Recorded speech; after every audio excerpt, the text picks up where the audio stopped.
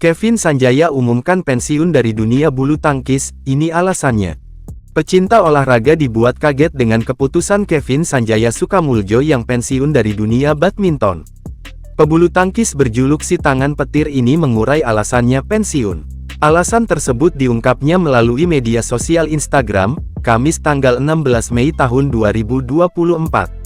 Melansir Tribun News dari Instagram Kevin Sanjaya, ini alasannya pensiun. Pertama, Kevin Sanjaya mengalami cedera bahu sejak 2017. Meski kondisinya tak 100%, penampilan dan kariernya luar biasa. Berpasangan dengan Marcus Gideon, The Minions memenangkan 19 gelar dan 6 kali menjadi runner-up BWF World Tour. Sebelumnya, mereka juga meraih 10 gelar dan 2 runner-up Super Series. Hebatnya, sejak 2017 Kevin Marcus menduduki peringkat 1 dunia dan lengser pada September tahun 2022. Selain itu, Marcus juga mengalami cedera pada fase akhir sebelum menyatakan pensiun. Kedua, saat Marcus mengalami cedera, PBSI membuat keputusan anyar dengan memasangkan Kevin dengan Rahmat Hidayat. Namun keduanya tidak cocok karena sama-sama pemain depan.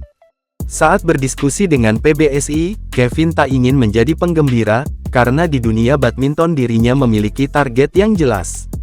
Setelah itu, saya berdiskusi dengan pengurus PBSI untuk langkah ke depan saya di dunia badminton. Karena saya bermain badminton bukan untuk menjadi penggembira, melainkan saya ingin memiliki tujuan yang jelas. Beberapa bulan saya menunggu, akhirnya saya mendapatkan jawaban di pertengahan bulan Januari tahun 2024. Namun jawaban yang diberikan tidak sesuai harapan saya dan saya tidak mendapatkan kesempatan untuk memiliki tujuan yang jelas. Akhirnya saya di akhir bulan Februari memutuskan untuk berhenti dari dunia badminton, jelasnya.